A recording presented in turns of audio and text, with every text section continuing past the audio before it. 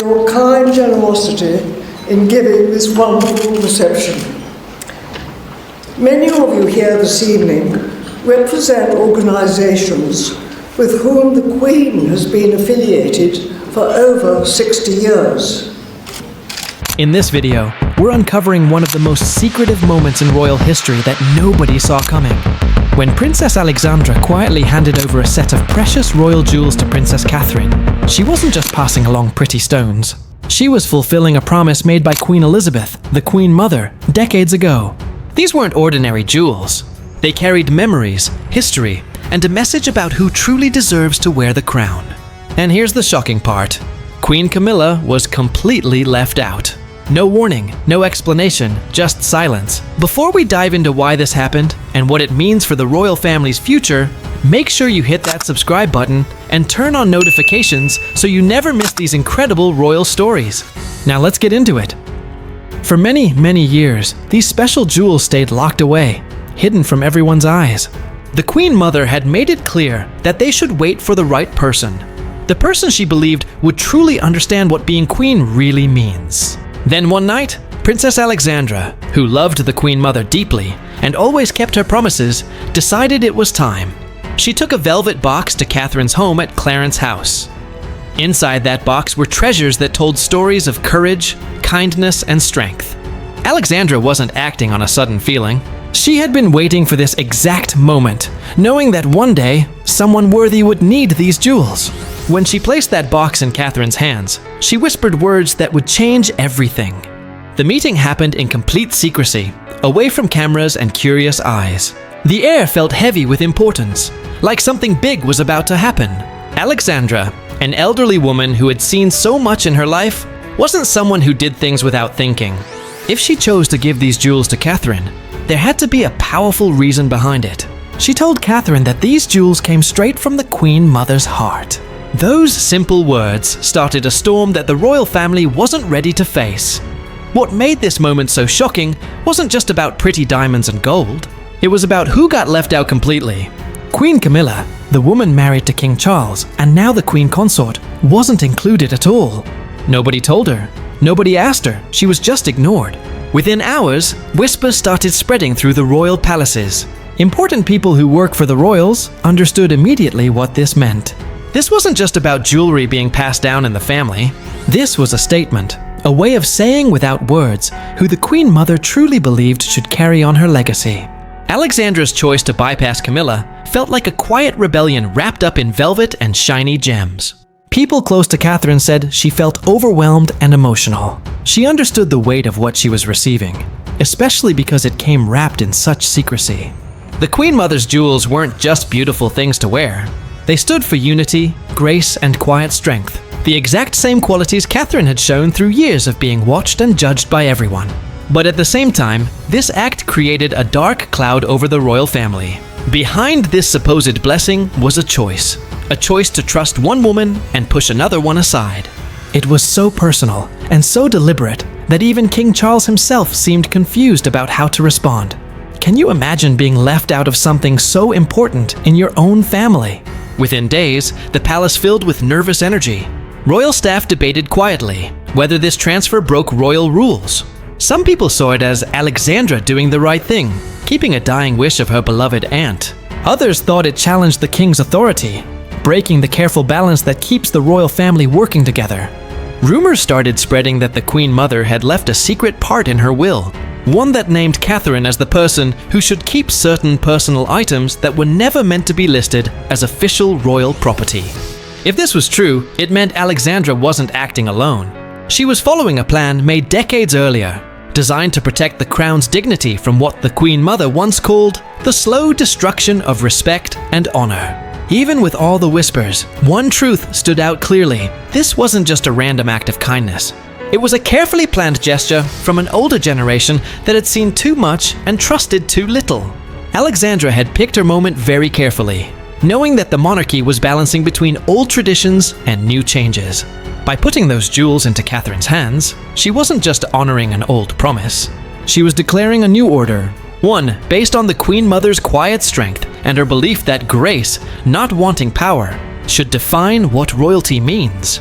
But one big question hung in the air like an echo through Windsor Castle. Why now?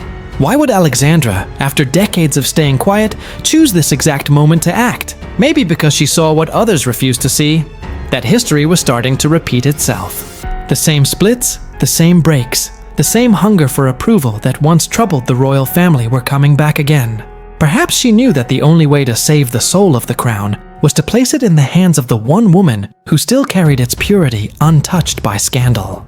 As the story spread beyond palace walls, the world could only guess. Some called it a betrayal, others called it perfect timing. But those closest to the truth understood that this act, this secret handover, wasn't the start of a family fight. It was the completion of a prophecy whispered long before Catherine ever entered royal life. So beneath the grandness of tradition and the heaviness of secrecy, a hidden chapter of royal history was being written, one that would soon force the monarchy to face the question it had avoided for decades. Who did the Queen Mother truly want to inherit her legacy? But the real story didn't start with that velvet box. It started decades earlier when the Queen Mother herself saw a crack forming that would one day threaten the crown, and she quietly took steps to protect her legacy from the woman she never trusted. Few people could imagine the Queen Mother in her final years, quietly changing her will with secret intentions.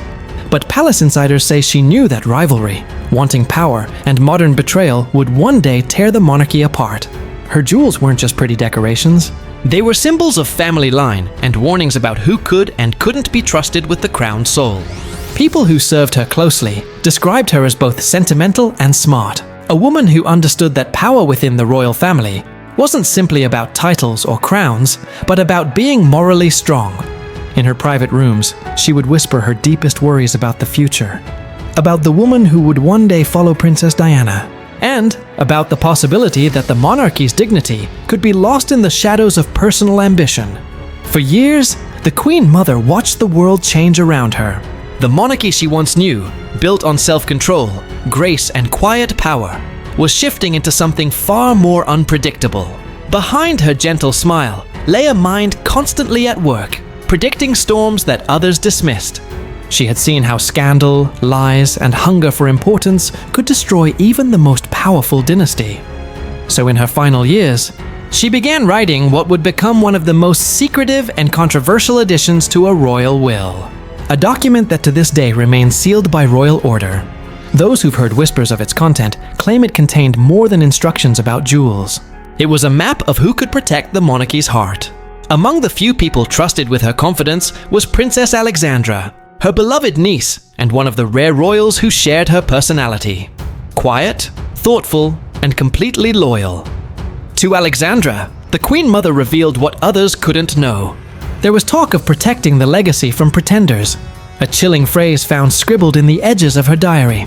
That diary, reportedly written in her unmistakable handwriting, hinted at fears that the line between duty and desire would one day blur. She saw with spooky clarity that the woman who came after Diana might break what little unity remained. In private, she spoke of Catherine as a child of grace, long before the young woman ever crossed into royal life, as if destiny itself had whispered her name. When the Queen Mother passed away, many believed her belongings had been divided in simple form. Some heirlooms to the crown, others to her descendants. But few knew about the jewel box she handed to Alexandra in her final days. It was said to be personal, not official, and it contained the very symbols of the Queen Mother's silent rebellion. Brooches, pearls, and tiaras she kept separate from the royal inventory. They weren't meant to shine under ceremony, but to serve as guardians of an unspoken truth. Do you think the Queen Mother knew exactly what would happen years later? The Queen Mother's will reportedly stated that these jewels should remain untouched until the right woman appeared. One who carried the same spirit of quiet devotion she had admired in her own daughter and granddaughter. What made this gesture even more striking was its deliberate exclusion of Camilla. Palace whispers long suggested that Camilla, despite her eventual title, was never intended to inherit any personal jewelry from the Queen Mother. She was to receive only state-regulated pieces, those without feeling or history, cold objects, not heirlooms of love. To the Queen Mother, personal jewelry represented moral family line, not just bloodline, and if certain reports are to be believed, she viewed moral worth as the truest inheritance of all. Her ability to see the future bordered on prophecy. Within those locked vaults and private words, she had built a system of protection, ensuring that her treasures and the meaning behind them would find their way to the one who embodied the old virtues of the crown. And when the time came, Alexandra honored that trust without hesitation. She became the hand that connected generations, the person carrying out a secret agreement between the past and the present. As the jewels passed from Alexandra's shaking hands to Catherine's, that unspoken royal prophecy seemed to be coming true, one that would soon start a storm no one could contain. It was supposed to be a quiet evening at Clarence's house, but beneath the flickering lights, a scene happened that insiders now describe as the most symbolic act of rebellion in years. Alexandra arrived without warning, carrying a velvet box sealed with the Queen Mother's initials. Catherine, not knowing what was inside, stood speechless as Alexandra whispered words that would echo through Windsor Castle for years to come. "These belong to you by blood, by grace, not by title." That statement alone broke centuries of unspoken rules, cutting through the delicate order that defined royal inheritance. It wasn't about position anymore. It was about worth. Those who have pieced together what happened that evening say Catherine was overcome with emotion. She didn't speak, but her silence spoke everything. Her eyes, witnesses say, reflected a mix of disbelief and understanding, realizing that she was being chosen for something far greater than herself. Alexandra, though elderly and frail, carried herself with unshakable determination. Her words were careful and heavy with meaning. She wasn't giving Catherine a piece of jewelry. She was handing her the Queen Mother's unbroken trust, the symbol of the crown's moral center. What would you do if someone gave you such an important family treasure? Yet as the night went on, the secrecy took on a sharper tone. Palace guards later confirmed Alexandra's visit, but were immediately ordered to erase all records from the entry logs. It was as if the palace itself was trying to swallow the truth before it reached daylight. And in that hiding lay the first sign that something much larger was at play. Why hide something so symbolic unless it threatens the very order of things? It wasn't merely a sentimental exchange. It was strategic. Alexandra knew exactly what she was doing. By skipping the formal process, she made sure no one, not even the king, could stop it. When word of the transfer reached a few within the inner circle, panic set in. Camilla's helpers, loyal and fiercely protective, were furious. They viewed it as a direct act of defiance against her position as queen consort. Their anger wasn't only about the jewels, but about what they represented. The fact that Alexandra had kept the meeting secret from the king only made the insult deeper. It was as if she was saying that Catherine, not Camilla, was the rightful keeper of the Queen Mother's moral legacy.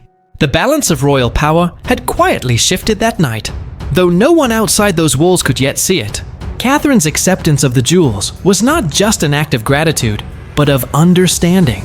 She knew what it meant to hold something so sacred, something that carried not just history, but prophecy. Her calmness, her quiet nod, and the way she held that velvet box all pointed to a deeper realization that from this moment forward, her life would no longer be her own.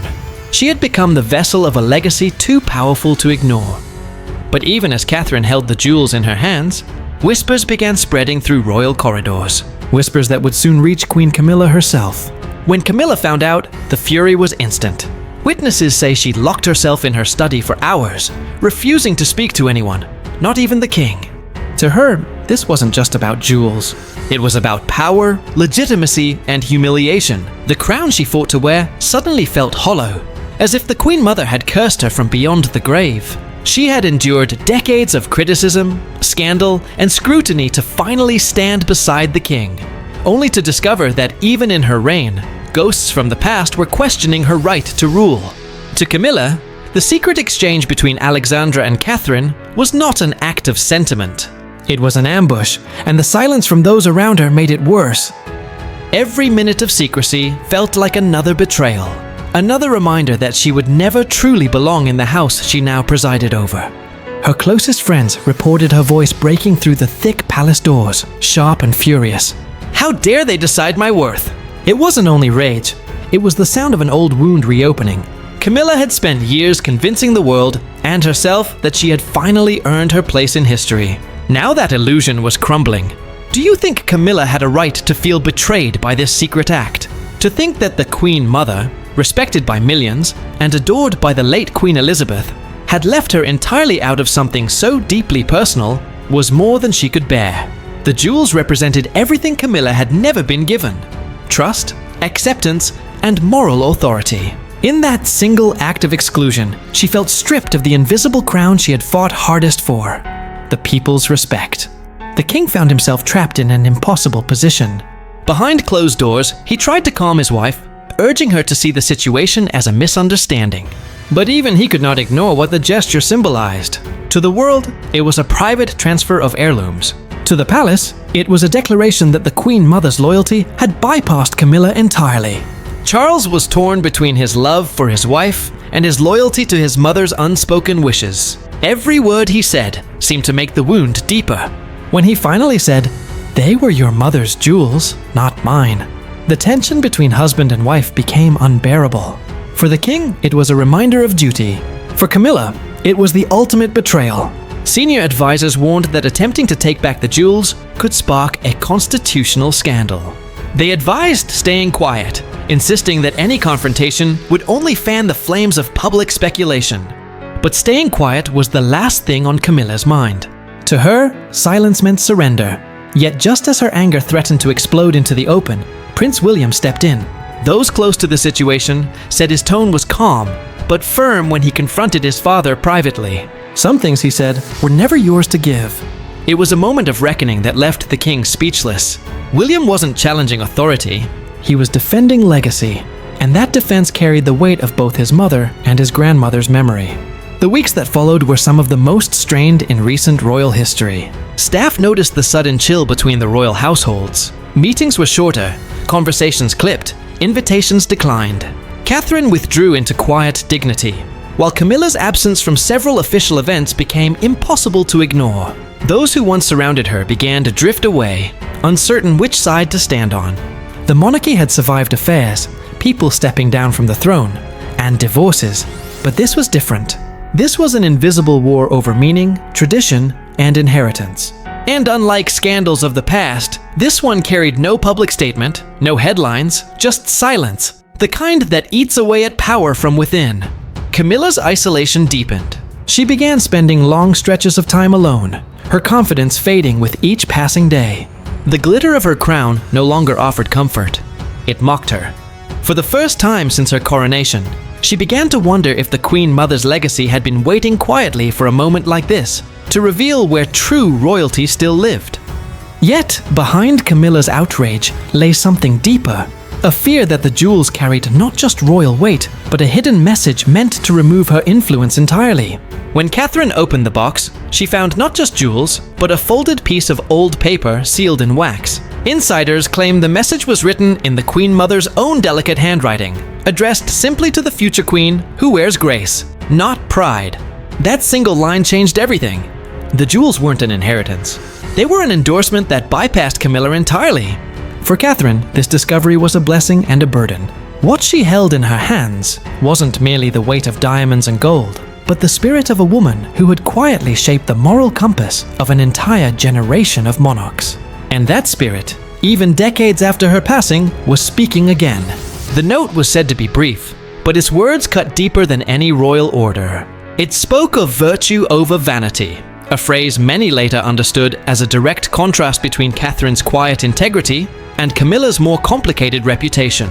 The Queen Mother's tone, firm yet tender, carried the conviction of a woman who had spent her life defending the purity of the crown's image.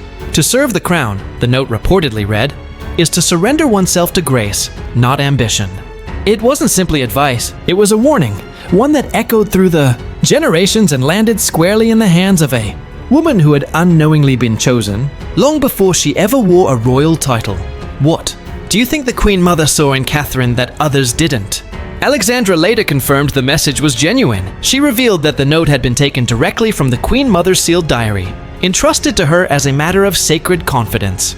For years, Alexandra had protected that page, waiting for the moment she believed the Queen Mother had foreseen, the moment when the monarchy would be in need of renewal, when dignity would once again need defending. And when that moment came, she knew exactly where to turn. Catherine, in Alexandra's eyes, was not just a daughter-in-law to the crown. She was the living example of everything the Queen Mother had prayed the royal family would one day become again. principled, kind, and untouchable by scandal. Those who saw Catherine reading the note describe a transformation. Her calm manner faltered, tears filling her eyes as the enormous weight of what she had received sank in. It wasn't just jewelry or a letter. It was a command, a call to uphold the values of a dynasty that had nearly lost its moral footing. For years, Catherine had endured silent trials, whispers of rivalry, pressures of perfection, the unbearable weight of public expectation. And yet she had never fought back. Now it seemed the Queen Mother's message was acknowledging her patience, as if rewarding her self-control with heavenly validation. The emotional connection between the two women, though separated by time, became almost spiritual. Those close to Catherine said she felt as if she'd been seen not by the living, but by history itself. The Queen Mother had written of grace that outlives beauty, and those words connected with Catherine's journey, her quiet battle to balance being human with duty. It was as if the Queen Mother had left her not just a message, but a mirror, reflecting the kind of queen the monarchy desperately needed. When news of the note's existence began to spread within royal circles, it brought back a long-sleeping conversation that questioned the very heart of what it means to be royal. Was the crown meant to rest on the head of the powerful or the pure? Was family line enough, or did the spirit of the person wearing it matter more? For some, the answer was clear. The Queen Mother's blessing had chosen Catherine as the rightful heir to her moral throne, a woman whose strength came not from authority, but from being authentic. But if the Queen Mother's message was meant to bless Catherine, it also brought back an old royal rivalry, one that Alexandra herself had tried to bury for decades, in an emotional confession to a trusted royal helper. Princess Alexandra reportedly admitted that she had been waiting for the right moment. The moment when the monarchy's survival would depend on the right woman wearing the Queen Mother's jewels. Her decision to hand them to Catherine was not sudden.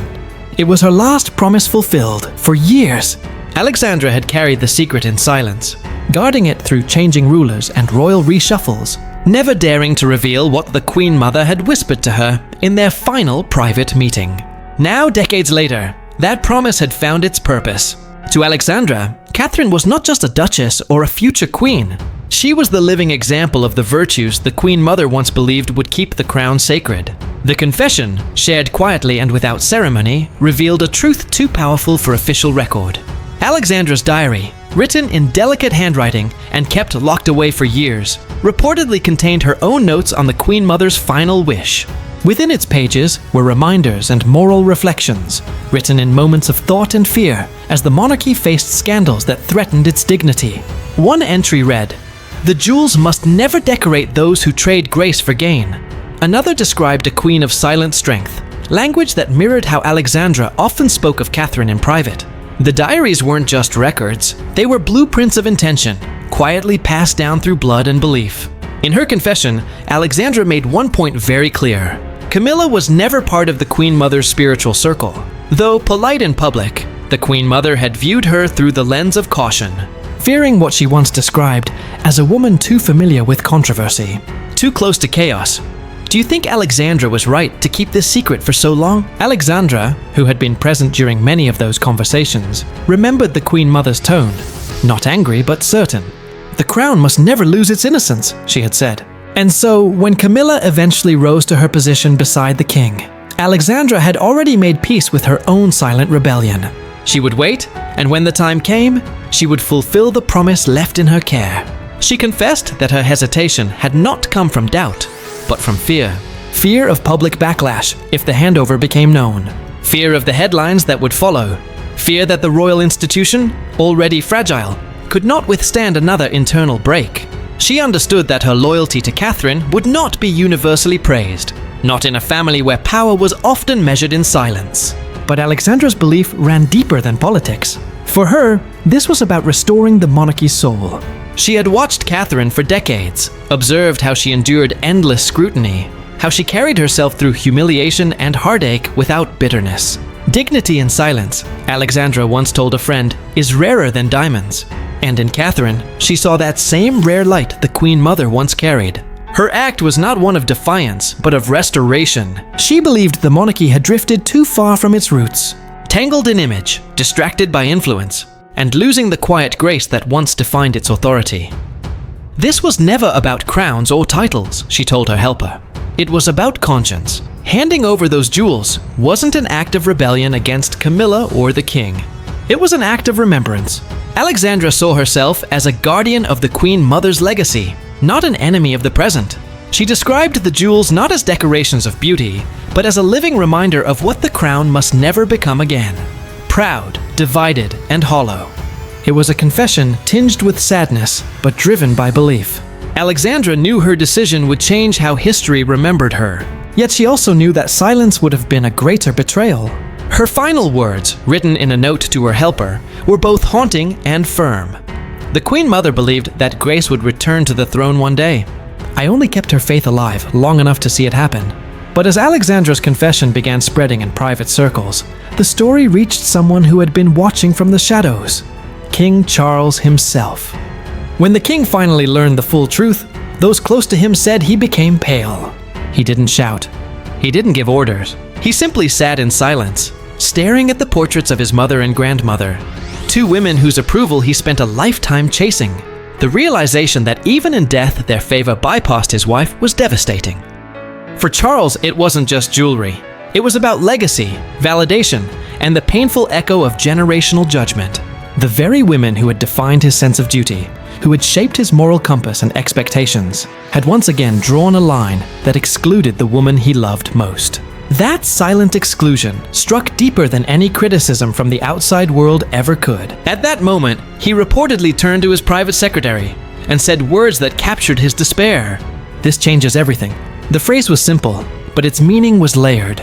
It spoke not just to his understanding of the situation, but to the collision of loyalty, love, and the monarchy's fragile balance. Charles knew immediately that any attempt to reclaim the jewels would backfire.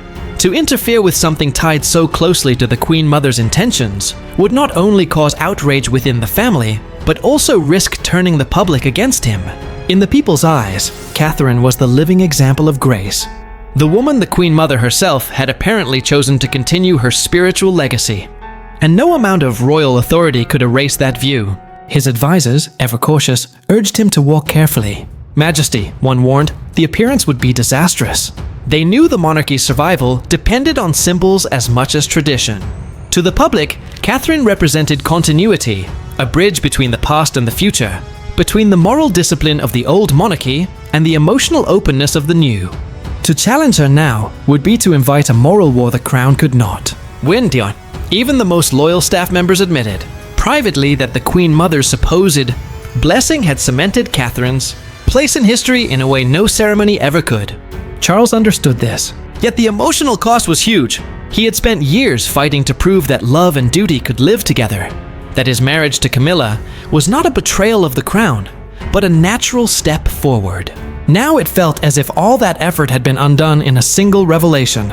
Every time he looked at Camilla, he saw the reflection of his mother's disapproval, not in words, but in legacy. The Queen Mother's message had spoken from beyond the grave, and it left him powerless. Behind closed doors, Charles chose restraint. He told his advisors there would be no statement, no confrontation, no attempt to get the jewels back. "Let it rest," he said quietly. But those words carried more sorrow than surrender. Insiders noticed the change almost immediately. The king, usually attentive and warm with his wife in public, began to pull back. Royal duties were conducted with polite distance. Their private dinners grew shorter, their silences longer. Friends close to the couple described a man haunted by his family line, torn between the wife who stood by him through scandal and the ancestors who seemed to have denied her even from the grave. His faith in the monarchy's moral unity began to shake. The ghosts of his family, the ones he had spent a lifetime trying to live up to, now seemed to stand between him and his marriage. Still, Charles understood the weight of staying quiet. He knew that to act in anger would only confirm what many already whispered, that the Queen Mother had seen something he could not. So he chose silence, a silence that carried both dignity and defeat. In that silence, the monarchy carried on, but at a cost only the king himself could measure. The palace moved forward, the world guessed. And yet one truth stayed behind the golden doors, a truth Charles could neither deny nor undo. The Queen Mother's blessing had not been for his reign, but for the woman who would follow. But while the king wrestled with ghosts of the past, Catherine quietly prepared to do something that would cement her place in royal history forever. Weeks later, Catherine appeared at a small, not televised charity event wearing one of the Queen Mother's brooches. It wasn't a fashion statement. It was a declaration. Without saying a word, she honored the late Queen Mother, Princess Alexandra, and every silent woman who had shaped the crown's grace. The public saw it as a rebirth of royal dignity and a quiet rejection of Camilla's reign. What should have been a routine event for children's welfare became an unforgettable moment in royal history. Those few minutes, captured by an amateur photographer and shared online, spread across the world with a force the palace could neither predict nor control. Catherine had said nothing. Yet her silence spoke louder than any royal address ever could. The image spread like wildfire. Within hours, millions noticed the brooch, a piece unseen in public for decades, instantly recognized as the Queen Mother's cherished symbol of moral integrity. Commentators, historians, and royal watchers flooded the internet with their thoughts. Some called it poetic justice. Others saw it as destiny fulfilled. But regardless of opinion, one truth stood undeniable. Catherine had reclaimed the monarchy's lost story, not through power, but through principle. She had transformed a family relic into a symbol of redemption. And for the first time in years, the royal institution looked united not by order, but by heart. By morning, headlines across the globe carried her image. The return of grace, one newspaper declared. A new queen rises, said another. The moment was electric, not because Catherine had sought attention, but because she had done the opposite. Her quiet defiance, wrapped in humility, reminded the world of what royalty was meant to represent. Not wealth, not entitlement, but service, strength, and honesty. Senior royals, bound by rules, avoided public comment. But insiders whispered that everyone within the palace understood the gesture's true weight. The message was clear, one helper confided. The Queen Mother's legacy has found its rightful heir. The gesture did more than bring back public affection. It restored faith. For years, the monarchy had been stuck in whispers of scandal, distance, and internal rivalry. Yet in one act, Catherine brought back something Britain hadn't felt in generations: belief. Ordinary citizens, many of whom had long drifted from royal loyalty, suddenly saw the institution as human again. They saw the Queen Mother's moral compass living in Catherine's quiet grace. It was no longer about titles, crowns, or order. It was about decency, about the rare courage to uphold values in a world that often forgets them. Meanwhile, away from cameras, Alexandra watched from her home. Those who visited her later described her smiling through tears, her heart heavy with both pride and relief. The promise she had carried for decades, the vow to protect the Queen Mother's legacy, had finally been fulfilled. "She has done it," she reportedly murmured. "She's brought her back." Even the king, who had once battled his own ghosts of doubt and tradition, was said to have reacted with quiet grace. Witnesses claim that when shown the photograph of Catherine wearing the brooch, he paused, nodded slowly and whispered, "So, it begins again." That single nod said everything. An unspoken acknowledgement that the monarchy's soul had found its way home. The storm of secrecy, anger, and revelation had ended not with confrontation, but with renewal. Catherine had not fought for the crown. She had reminded the world why it still mattered, and in doing so, she had changed the course of royal history without ever raising her voice. But as the dust settled, one lingering question remained. What would become of the Queen Mother's other sealed treasures? And who would dare open them next? In the heart of Windsor, deep within the royal vault, lie boxes marked only with the initials QM, sealed since the Queen Mother's passing. If her final act was to name Catherine as the true heir of grace, what other secrets might those boxes hold? Some say the jewels were just the beginning of a coded message from the past, shaping the monarchy's destiny. Generations of record keepers and historians have spoken in hushed tones about what else might rest inside those unsealed spaces. Some believe the Queen Mother left behind more letters, hidden instructions, or perhaps private thoughts that reveal how she intended the monarchy to grow beyond her lifetime.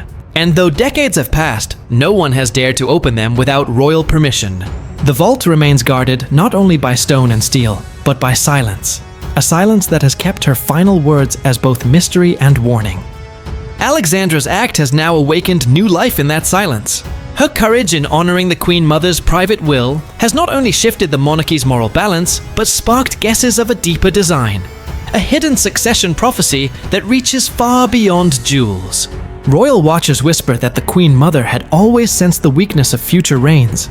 She knew the time would come when the crown would need to be guided not by family line alone, but by integrity. By passing her private treasures through Alexandra to Catherine, she may have set in motion a test, one that would measure the monarchy's strength not in titles, but in truth. Her ability to see ahead now feels prophetic, as if every choice she made, every secret she left behind, was leading to this quiet revolution within the royal bloodline. For Catherine, the moment of accepting those jewels was not just symbolic. It was life-changing. In doing so, she closed one chapter and opened another, ending the era of leadership built on power and pride, and bringing in a new one rooted in compassion and self-control. To the public, it looked like grace winning over grandness. To those inside the palace, it felt like a recalibration of destiny itself. Catherine had become more than a princess, more than a consort in waiting. She had become a moral compass, the kind the Queen Mother once was when the world needed stability and soul. It was as if the spirit of the Queen Mother, watchful and wise, had chosen Catherine not through bloodline, but through the purity of her heart. Meanwhile, Camilla's influence began to quietly fade into the background. The days of strength and defiance gave way to quiet withdrawal. Her public appearances grew softer, her words more careful, her smile less certain. It was not exile, but acceptance, an acknowledgement that the monarchy's future no longer centered around her. Silence, once her weapon, had now become her shield. Even the king, tired by the burdens of loyalty and legacy, seemed to recognize that the crown's true stability no longer rested with him alone. It was Catherine who had become the heart of a family divided by time, but healed by humility. And so the monarchy stands forever changed, divided in its loyalties, yet renewed in its purpose. What began as a secret act of faith between two women has grown into the quiet reawakening of a centuries-old institution. The Queen Mother's legacy, once thought buried with her, now beats through Catherine's every act of grace. The jewels once locked away have become symbols of unity and endurance, reminders that even in the coldest corridors of power, conscience still rules supreme. But the story doesn't end here, because for all that has been revealed, far more remains hidden. Those sealed boxes in the vault still hold their silence, their mysteries unbroken. What lies inside could reshape not only royal memory, but royal destiny itself. Now, I want to hear from you. Do you think Princess Alexandra did the right thing by secretly giving these jewels to Catherine? Should Queen Camilla have been included in this decision? And what do you think is inside those other sealed boxes in the royal vault? Drop your thoughts in the comments below, because I read every single one. If you found this story as fascinating as I did, smash that like button. Share this video with anyone who loves royal history. And don't forget to subscribe and hit the notification bell so you never miss our next deep dive into the secrets of the royal family. Thanks for watching, and I'll see you in the next video.